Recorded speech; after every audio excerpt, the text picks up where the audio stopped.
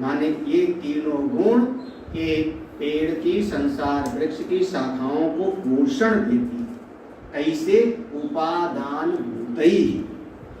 उपादान भूतई, उपादान भूतई माने एक उपादान याद है पढ़ा तो, उपादान कार्य में हमेशा जुड़ा रहता है ना, उपादान कारण कार्य में हमेशा जुड़ा रहता है।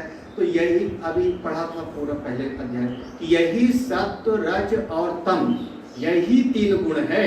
ये तीन गुण इस संसार में बढ़ा देता है और ये तीन गुण ही उपादान बन जाता है। मनुष्य का मन सत्वगुणी हो गया, मनुष्य का मन रजोगुणी हो गया, हमारा जो है अंतःकरण तमोगुणी हो गया। यही तीन गुण आपस में आकर के बदलता रहता है, तो उपादान होते। अब वो जो श्लोक में है विषय प्रवाला, ये बहुत बढ़िया शब्द है, हमको बहुत अच्छा लगा। विषय प्रवाला माने विषया शब्दादया प्रवाला इव देहादि कर्म फलेभ्य शाखाभ्य अंकुरी भवन्ति इव तेन विषय प्रवाला सा। विषय प्रवाला माने विषया, विषय कौन? पांचों, शब्दादया शब्द स्पर्श रूप रस और गंध। प्रवालायु, प्रवालायु माने अंकुर, कोमल अंकुर के जैसे। कैसे कोमल अंकुर? देहादि कर्म फलेभ्य, नया नया शरीर मिलता है, फिर नया नया कर्म होता है, नया नया शरीर मिलता है। अब नया नया शरीर मिलता है, जीव का कर्म पूरा हुआ, ये शरीर छूट गया, पुराना पत्ता हो गया था, छूट गया, वह सांस जीना, फिर कौन सा मिला? कर्म के कारण नया शरीर। अगर नया शरीर मिलता है तो बच्चा सबको प्यारा लगता है ना, बच्चा सबको प्यारा। ये आजकल एक छोटी सी बच्ची तुम सबको तो कहाँ है तुरी भैया, कहाँ हो, बड़े खुश होते हो ना, ऋषिकेश भैया कहाँ हो, बच्चे की जान लोगे क्या? अब वो ऐसे बोल रहे थे, मैं सुन रही अपने कमरे में बैठे बैठे, बच्चे की जान लोगे, यही सिखाया वो घर में, ऐसे बोलते होंगे तो उसमें सीख गए। अब छोटा बच्चा नए नए, अब फिर धीरे धीरे वो बड़े हो जाएंगे, फिर वो वृद्ध हो जाएंगे तो कोई बात करने के लिए तैयार नहीं होगा, फिर नया सीख तो नए नए होते हैं शब्द। प्रवाला यू मन देहादि कर्म फलेभ्य, कर्म के कारण अनेक नए नए शरीर हमको मिलता रहेगा। देह कर्म ये सब यही समझना, ये शरीर कर्म किया तो शरीर मिला, फिर शरीर से हमने नए कर्म किया, फिर उसको लिए फिर से नया शरीर मिलेगा, यही समझना। इसकी शाखाएं शाखाभ्य अंकुरी भवन्ति, जैसे पेड़ की शाखा में नए नए अंकुर निकलते हैं, समझना इसी शरीर से फिर कर्म करोगे, उस कर्म से फिर नया शरीर मिलेगा, फिर उससे कर्म करोगे, फिर नया शरीर मिलेगा। ऐसे ऐसे आपके जीवन में हमेशा नई नई चीजें आती रहेंगी। तेन विषय प्रवाला, यही समझना कि विषय प्रवाला माने नए नए विषय रूपी पत्ते, नए नए पत्ते हमारे जीवन में आते। तो संसार वृक्ष में नए नए पत्ते माने नए नए विषय। अब एक कर्म कर लो तो ये मिल जाएगा, एक कर्म कर लूँगा तो ये मिल जाएगा, अब ऐसा कर लेते हैं तो ऐसा कर। ठीक है, नहीं समझे? अरे बिल्कुल आसान सा है। विषय प्रवाला माने पांचों विषय, पांचों विषय नए नए अंकुर। इस शरीर से ऐसा कर्म करेंगे तो ऐसा फल मिलेगा, ऐसा कर्म करेंगे तो ऐसा फल मिलेगा, इतना मेहनत कर लेते हैं तो ये वाली चीज़ हमको मिल जाएगी। बिल्कुल नहीं है, वो वाली चीज़ पुरानी हो गई, तोड़ दिया, डस्टबिन में डाला, अब दे दिया उसको कबाड़ी में, फिर मेहनत करेंगे नया वाला चीज़ मिल जाएगा। पुरानी साइकिल गई, नई साइकिल मिल जाएगी। हम को छोड़ देना चाहिए। हाँ, कोई काम नहीं करना चाहिए। अब करोगे तो वैसे जो है नए नए विषय आते रहेंगे, देखते देखते नहीं नए नए विषय आते, कितने सारे विषय बदल रहे, कितने सारे। तो अब इस तरीके से कर्म करते रहो, नया विषय बाजार में आता रहेगा, नई नई चीज़ों दिखाते रहेंगे। हम लोगों के ज़माने में जिसके घर में, अब पुराने ज़माने में स्टील की थाली में किसी को खाना नहीं खिलाया जाता, बदल गए। आप लोग कभी पुराने ज़माने में चले जाओ, 50 साल पुराने जितने बुजुर्ग बैठे, कभी कल्पना किए थे कि प्लास्टिक की बाल्टी होगी? स्टील के बर्तन देखे नहीं हम लोग। प्लास्टिक की बाल्टी होगी ये कल्पना किए थे? लोहे की बाल्टी होती थी, पीतल का घड़ा होता था, गगरा, गगरा आप जो समझेगा, है ना। और जिसके यहाँ प्लास्टिक दिखाई पड़ता था वो कहते थे मुसलमान हो गए हैं। यही ना। अब आज आपके जीवन में सब का सब तो फिर विषय बदलता चला गया ना। देखिए तो विषय बदलता है, नए नए विषय आते रहते हैं उसमें। अब उसको कहते हैं नई नई रिसर्च होती रहती, ये शाखा पर शाखा निकलता जाएगा।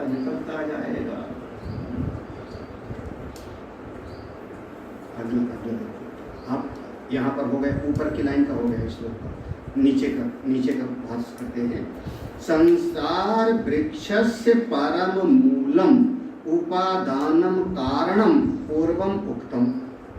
ये संसार वृक्ष का जो मूल है, परम मूल माने वो पहले ले आओ, ऊर्ध्व मूलम जो सबसे ऊपर है, उपादान कारणम जो मूल, वहां पर दो शक्ति थी ना। भगवान ने अपनी माया शक्ति को धारण किया, तब जगत की उत्पत्ति शुरू हुई। याद है ना। जो ब्रह्म है वो निर्गुण था, माया शक्ति को धारण किए तो हो गए अब सगुण ईश्वर। वहीं से सृष्टि का प्रारंभ हुआ। तो वो जो माया शक्ति 3 गुण वाली थी, उपादान कारण थी। परमेश्वर कौन थे? निमित्त कारण। क्योंकि माया शक्ति उनसे जुड़ गई, एकीभूत हो गया, तो हमने भगवान को कहा अभिन्न निमित्त उपादान। याद है ना। तो एक संसार वृक्षस्य परम मूलम, ये संसार वृक्ष का जो परम मूल है, उपादान कारण कौन? अव्यक्त। आपको अव्यक्त का स्वामी कौन? ईश्वर हो। पूर्वम उक्तम, ये पहले बताया जा चुका। पूर्वम उक्तम माने इस विषय को पहले ही बता दिया। अब आगे कर देते। अथ इदानीम, अब हम अगली बात बताते हैं। कर्म फल जनित राग द्वेषादि वासना मूलानि। अब इदानीम, अब हम ये बात बता रहे हैं कि इस जगत में आप आए हो तो कर्म फल भोगने के लिए। पूर्व में हमने कोई न कोई कर्म किया है, उस कर्म का फल भोगने के लिए हमको ये शरीर दिया। ठीक है, यहाँ तक कर्म फल। अब कर्म फल को भोगते भोगते हम कुछ नया कोई न कोई राग द्वेष आदि हम जड़ बना लेंगे। केवल आप पूर्व के कर्मों का फल ही नहीं भोग रहे हो, यहाँ कर्मों का फल भोगते भोगते कोई न कोई नया राग और द्वेष बना लेते हो। नहीं समझे? हमारा पुराना जो है कर्म था, जिसके कारण हमको कोई वस्तु मिली खाने के लिए, हमारे प्रारब्ध के कारण, पूर्व के कर्म के कारण ला करके उन्होंने प्लेट में रखा, स्वामी जी को। अब हमने देखा यह है क्या चीज़, हमने तो आज तक कभी देखा नहीं था। उन्होंने कोई नाम बताया, इस चीज़ का अमुक नाम है, देखो नाम बता दिया। उसके बाद एक जो खाने को मिला हमारे कर्म के कारण, हमने जब उसको खाया तो एक कर्म फल हो गया, हमारे पूर्व के कर्म का फल है। हमारा पेट भर गया, मन खुश हो गया। लेकिन अब इतने में मन में आया ये तो बहुत स्वादिष्ट चीज है, कहाँ मिलेगा, कल हम खरीद के खाएंगे। हाँ भाई ये नहीं, आप बताओ चाउमीन कब से आ गया? चाउमीन, पिज्जा, बर्गर और मैगी। हाँ, पहली बार खाया होगा तो पहली बार खाया तो किसी ने खिलाया, और उसके बाद अब क्या हो गया? ये चीज हमको खाने को चाहिए, तो अब उससे हो गया राग। और पहली बार खाया कोई चीज, पहली बार मिला तो आपके कर्मों के कारण मिला, लेकिन उसको मुख पर रखते ही आपका मन खराब हो गया, नहीं पसंद आया, तो उससे अब ये दोबारा कभी हमको भूल करके दिखाई। यही 20 साल पहले हम मेरठ में बैठे, तो जैसे छोटा बच्चा था, छोटी लड़की 5-6 साल की, ला करके उसने हमको काफी दिया कोई स्वामी जी। अब उसके सामने हमने जो है, अब उसका मन रखने के लिए खोला उसका रैपर और हमने उसको जैसे खाए तो मुंह में एक बार तीखा सा पूरा का पूरा फैल गया, पूरा मुंह चल। अरे हमने कहा ये पता नहीं क्या खिला दिया, तो हम जा करके थक गए, मुँह धोए। तो जो दूसरे बैठी थी उसने कहा स्वामी जी ये च्युइंगम है, एक बार मुंह में ऐसे ही होता है, आपको चबाते रहना चाहिए। च्युइंगम ऐसे करता है क्या? पहले मुंह में जो है एसिड जैसा छोड़ता है, उसी का आता है वैसे। हाँ? उसी का आता है फ्लेवर, जो बहुत बड़ा कड़वा लगेगा बाद में ठीक लगेगा। बाद में हाँ, तो उसने ऐसे कहा कि इसको आप थोड़ा चलाते रहते तो फिर बढ़िया उसका स्वाद आता। आप तो थूक आए। अब उसके बाद से आज तक च्युइंगम नाम से हमारा जो है घोर द्वेष। तो देखो अथ इदानीम, अब हम इसको बता रहे हैं कर्म फल जनित, कर्म फल के द्वारा, जनित माने कर्म फल से उत्पन्न राग द्वेष आदि वासना, जो राग द्वेष आदि वासनाएं हैं, मूलान इव चित्त में जड़ के जैसे बैठ जाती है, चित्त में हृदय में जाके जड़ के जैसे बैठ जाती है। और फिर वही राग द्वेष क्या करते हैं? धर्म अधर्म प्रवृत्ति कारणानि, फिर वही धर्म और अधर्म में जाकर के लगा देते हैं। धर्म अधर्म प्रवृत्ति कारणानि अवांतर भाविनितानि। अब चूंकि वो अवांतर भावी माने भीतर बैठ करके ही, और कभी आगे ले जाएंगे कभी पीछे ले जाएंगे। हाँ, अवांतर भावी भीतर बाहर दोनों तरफ आपके हृदय में जैसी भावना छा गई राग द्वेष की, वैसे धर्म करोगे, फिर उससे संस्कार बैठ जाएगा, बाहर भीतर दोनों तरफ से आपका आवागमन। वही समझना कि आधा, वही समझना कि ये कर्मों का बंधन फंस गया। अब श्लोक में आ जाना, यहाँ से श्लोक का शुरू होगा। अभी तक इतना ये भूमिका थी जो कहा आधाश्च मूलान, है ना, तो इसके लिए इतना पहले समझ लोगे तो श्लोक समझ में आएगा। यहाँ से कर्म फल जनित, कर्म फल के द्वारा हमको शरीर मिला, फल मिलता है, फिर इसमें राग द्वेष हम बना लेते हैं जड़ के जैसे। राग द्वेष जब भीतर बैठ जाता है तो कभी धर्म करते हैं और कभी अधर्म करते हैं, और एक धर्म अधर्म से हम कभी अंदर बाहर हृदय में भी बैठा धर्म और हम बाहर भी वैसे कर्म करते हैं। तो यही समझना कि अधश्च नीचे पूरा का पूरा फैल गया। अनुसंततानि को समझाना है, श्लोक में अनुसंततानि है, अधश्च मूलानि अनुसंततानि, तो पूरा चारों तरफ फैल गया। कैसे फैल गया? आपके जीवन में कह रहे हैं अधश्च, अधा माने देवादि अपेक्षया, देवता आदि की अपेक्षा हम सब कहाँ हैं? नीचे पूरा का पूरा। मूलानि अनुसंततानि अनुप्रविष्टानि, माने हमारे नीचे इस मनुष्य लोक में, हमारे जीवन में, मन में भी धर्म, बाहर भी धर्म, भीतर भी राग द्वेष, और बाहर जैसे राग द्वेष होगा वैसे हम व्यवहार, पूरा का पूरा। अनुसंततानि माने चारों तरफ छा गया। अनुप्रविष्टानि, अनुसंततानि माने अनुप्रविष्टानि, चारों तरफ फैल गए। जैसे पेड़ की जड़ें चारों तरफ फैल जाती हैं, पत्ते फैल जाती हैं, हमारे जीवन में बस यही कारण का फल राग द्वेष धारक अर्थात चारों तरफ छा गए। फिर क्या होगा? देखो आप कर्मानुबंधी, कर्म माने धर्म अधर्म लक्षणम, कर्म हम उसी को कहते हैं जब कोई क्रिया करता है, वो क्रिया या तो शुभ होगी और या तो अशुभ होगी। शुभ हुआ तो धर्म और अशुभ हुआ तो अधर्म, उसी को कहते हैं कर्म। अनुबंध पश्चात भावी, थोड़ा सा सुनिए। अनुबंध पश्चात भावी एषाम उद्भूतिम अनुभवति इति तानि कर्मानुबंधी।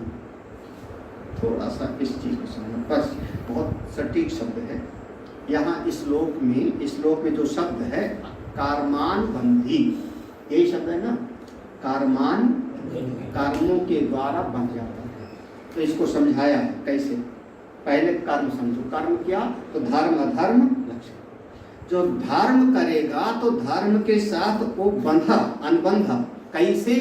आज करेगा धर्म और पश्चात भावी, कुछ दिन के बाद में उसको फिर मिलेगा फल तुरंत नहीं मिल रहा है ना। आज उसने कर्म किया, आज अभी कर्म किया, उस कर्म का फल उसको साल भर, 10 साल बाद, 20 साल बाद कभी न कभी उसको मिलेगा। तो जब कर्म करेगा तो उस कर्म का फल उसी कर्ता को मिलेगा, चाहे एक जन्म लगे और चाहे, इसका नाम हुआ कर्म का फल। भाई ऐसे सुना ना कि पितामह भीष्म को 27 जन्म के बाद बाणों की सैया मिली। 27 जन्म के पहले कुछ उन्होंने ऐसे गलती कर दिया था कि एक अधमरे जीव को फेंक दिया था, बबूल के पेड़ पर गया था, कांटे चुभ गए थे। यही जैसे आप कह लो कि अपने और भी सभी प्रसंग में आप इसको समझ सकते हो। एक दिन यज्ञ किया, आज यज्ञ किया, उस यज्ञ का फल आज थोड़ी मिल रहा है, कुछ समय के उपरांत, कुछ समय के उपरांत। तो क्या हुआ उस कर्म, अब जैसे क्या कहूँ हम,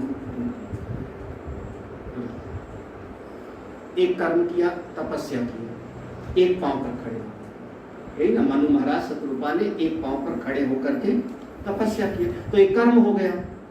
अब इस कर्म का फल भगवान ने कह दिया क्या चाहिए, तो उनका आपके लिए से पुत्र चाहिए। तो उसी समय थोड़ी मिला, कब मिला? तपस्या किया था सतयुग में, तपस्या मनु महाराज सतयुग में थे, सृष्टि के प्रारंभ में, यही ना। सतयुग का पूरा समय बीत गया। कितना साल होते हैं सतयुग में?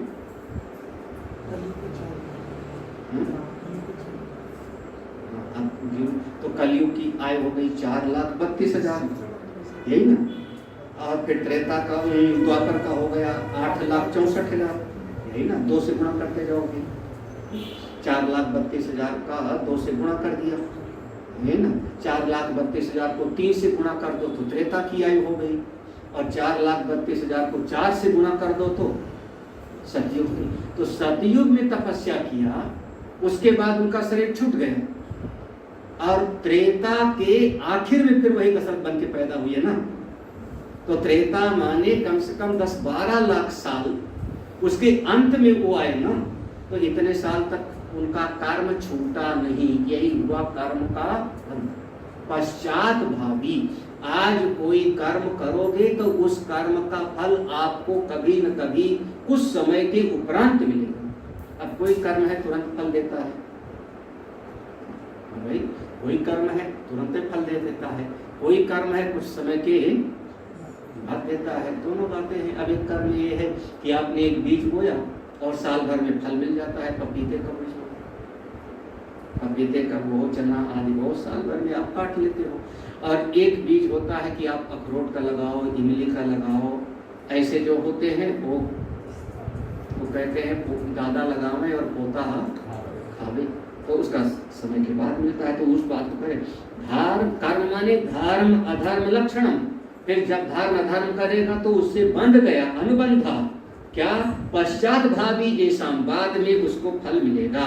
उद्भूतिम अनुभवती, उस समय के उपरांत उसको फल का अनुभव होगा। उस समय जब सुखी हो रहा है तो शायद उसको ध्यान भी नहीं है, लेकिन वो अपने कई जन्म के पहले कोई कर्म किया। जैसे देखो भागवत में क्या वर्णन आया, ध्रुव का भी है, और भी जैसे वो कहा जाता है कि वो राजा रघुगण था, है ना, जो उनको अपने पालकी में जोत दिया था भरत जी को, यही था ना। तो पहले के जन्म में वर्णन आता है कि वही राजा रघुगण ही हिरण का बच्चा था, लेकिन चूंकि उसको संत ने पाला पोसा, संत के पास रहा, तो उनके दर्शन का फल हुआ कि वो बन गया जाकर के राजा। यही वर्णन आता है ना। तो उस समय का जो कर्म था कब मिला, तदुपरांत, उसके बाद। इसको कहते हैं पश्चात भावी ऐशाम उद्भूति, तो बाद में अनुभव। अब भले वो राजा बन गया तो उसको नहीं पता कि मुझको किस कर्म का फल मिल रहा है, हमें किस कर्म का फल मिल रहा है ये नहीं पता। अब एक बच्चा पैदा हुआ, अस्पताल में भर्ती हो गया, तो उसको क्या पता कि उसको किस कर्म का फल मिल रहा है। हाँ? लेकिन पूर्व के जन्मों के जो कर्म है उसी का फल उसको प्राप्त हो रहा है। यही समझना कि अनुभवती इति तान कर्मानुबंधीन मनुष्य लोके, ऐसे ही कर्म हमको मनुष्य लोक में बांध ले। यानी आज हमने कर्म किया, कल हमको फल भोगना होगा। कल हम कर्म करेंगे, परसों हमको फल भोगना होगा, चाहे 1 वर्ष, चाहे 10 वर्ष, चाहे 1 जन्म, चाहे 2 जन्म। कर्म बंधन, एक जगह पर और लिखा था कर्म बंधन प्रहास्यसी, है ना, कर्म बंधन प्रहास्यसी। तो ये कर्म बंधन है। कहाँ पर है कर्म बंधन? मनुष्य लोक के। विशेषता अत्र ही मनुष्याणाम कर्माधिकार प्रसिद्ध। विशेष रूप से मनुष्य लोक में ही, क्योंकि कर्मों का अधिकार केवल मनुष्य लोक में ही है, और जितने लोक हैं वो सबका सब भोग लोक हैं। यहाँ अब वो कहते हैं कमाई का लोक। अब होटल में बैठ करके आप कमाई थोड़े कर सकते हो। कमाई करोगे आप नौकरी करके, खेती करके, यहाँ पर घर में, और पैसा लेके जाओ होटल में, रिजॉर्ट में, वहाँ पर उसको उड़ाओ। तो वो जो होटल आदि है वो भोग लोक है। आपकी पूंजी है स्वागत सत्कार, यही है ना। वहाँ भी कमरे भी अलग अलग होते हैं, एक जैसा कमरा नहीं होता होटल, एक जैसे नहीं होता सभी होटलों में। होटलों में भी गरीबों का कमरा होता है, अमीरों का होता है। वो हमने रेट पूछा, तो जहाँ जिस कमरे में हम लोग रुके उसका किराया एक दिन का 13,000 था। बम्बई का ताज होटल, तो उसमें 13,000 सबसे जो है, मतलब हम लोग गरीब वाले थे। एक दिन रुकने का 13,000, और है कौन? एक दिन रुकने का, रात भर सोने का 13,000। और हमने पूछा बढ़िया वाला जो सूट है वो कितने हैं? बोले 80-90 हज़ार per day, 1.5 lakh 2 lakh per day. कौन रहते होंगे? मतलब उसमें जो है इतने, एक रात के रुकने का, एक कमरे का किराया, हाँ 13,000 में हम गरीब हैं। हाँ, तो अब वहाँ बैठ के क्या कमाओगे? तो वो भोग लोक है। कमाई कहाँ होती है? आपके यहाँ पर। ऐसे यह मनुष्य लोग, यहाँ आप बढ़िया कर्म कर सकते हो, बढ़िया घटिया जो करना चाहो, धर्म कर सकते हो। बाकी यहाँ पूंजी लेके आप घटिया कर्म लेके गए तो जाओ कुत्ता गधा बिल्ली बन जाओ, असुर बन जाओ। बढ़िया कर्म लेके गए तो देवता आदि बन गए, श्रेष्ठ योनि प्राप्त हो गई। तो ये कर्म का बंधन इसी मनुष्य लोक में बांध लेता है, क्योंकि मनुष्य का ही कर्म में विशेष अधिकार है। तो इस प्रकार से ये जो संसार वृक्ष है, ये संसार वृक्ष का चक्र चलता ही रहता है। अब एक बार चित्र ले, यह जो संसार वृक्ष है इसकी शाखाएं ऊपर कहाँ? ब्रह्मलोक तक, देवता आदि से लेके ब्रह्मलोक तक, और नीचे मनुष्य से लेके पशु आदि तक। अधा माने नीचे, मनुष्य से स्थावर, और ऊपर माने ब्रह्मा से आदि तक। नीचे ऊपर सब जगह पर संसार वृक्ष ही फैला हुआ है पूरी तरह से। ये संसार रूपी वृक्ष सब जो मायामय वृक्ष है, ये 3 गुणों के द्वारा ही पालित पोषित होता है, और इसमें नए नए जो विषय निकलते रहते हैं वही समझना इसके हुए नए नए पत्तियां, कपोल, यही उसके नए नए पत्तियां हैं, वही उसके कपोल हैं। और अधश्च मूलानी, इसकी जो जड़ें हैं, ये संसार रूपी वृक्ष की जो जड़ है, ये नीचे पूरी तरह से जड़ जमाए बैठी है। कैसे? हमने धर्म किया था कभी न कभी, उससे फिर हमको कोई फल मिला, उस फल को जब हम भोगने लगे तो उससे फिर से नया राग, और जैसे मैंने खाने का दृष्टांत दिया, चाउमीन बर्गर आदि का, है ना, उससे खाने पीने का राग द्वेष बन गया। उस राग द्वेष से फिर हम उसी चीज को, राग वाली चीज को पाने का प्रयास करेंगे, द्वेष वाली चीज से हम। आज ये संसार में बिल्कुल ऐसे इसी तरीके से संसार वृक्ष में, और खूब अच्छी तरह से कर्मानुबंधीनी, इस जगत में कर्म के बंधन में अच्छी तरह से बंध जाता है। अब आगे या तो अयम वर्णिता संसार वृक्ष, ये जो संसार वृक्ष का वर्णन किया गया, अब इसको अगर हम इससे छूटना चाहें तो क्या करें? 2 श्लोक में तो केवल संसार वृक्ष का वर्णन, पहले वाले श्लोक में संसार वृक्ष का स्वरूप क्या है, दूसरे वाले श्लोक में इसके अंग प्रत्यंग अवयव क्या है, कैसे बढ़ा ये बताओ।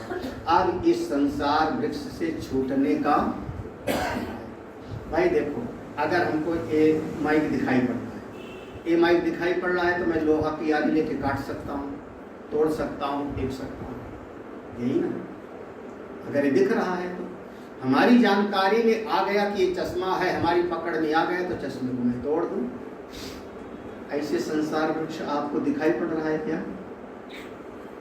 अभी सुना तो भले थोड़ा बहुत समझ में आया, लेकिन सत्संग के बाद सब भूल जाता है। संसार वृक्ष समझ में आ रहा है क्या? इसको मायामयी कहा। मायामयी माने क्षण क्षण जो रूप बदल जाता है। अभी सोचा कुछ था, अगले क्षण मिलेगा। वही मैंने कहा, वो हिरण का दृष्टांत दिया कि वो हिरण, सोने का हिरण, किसी को मिला उला नहीं, केवल दिखाई ही किसी को नहीं मिला, ना सीता माँ को, ना प्रभु श्री राम को, किसी को नहीं मिला। अरे रावण को भी नहीं मिला, क्योंकि वो तो जानता ही था कि मेरा मामा है। तो किसको मिला सुनने को? दिखता है। तो ये संसार वृक्ष जब दिखता ही नहीं तो कैसे इसको काटे हैं? जो दिखाई पड़े उसको तोड़ा जा सकता है, काटा जा सकता है। तो संसार वृक्ष को काटने का तरीका क्या है, इससे छूटने का उपाय क्या है?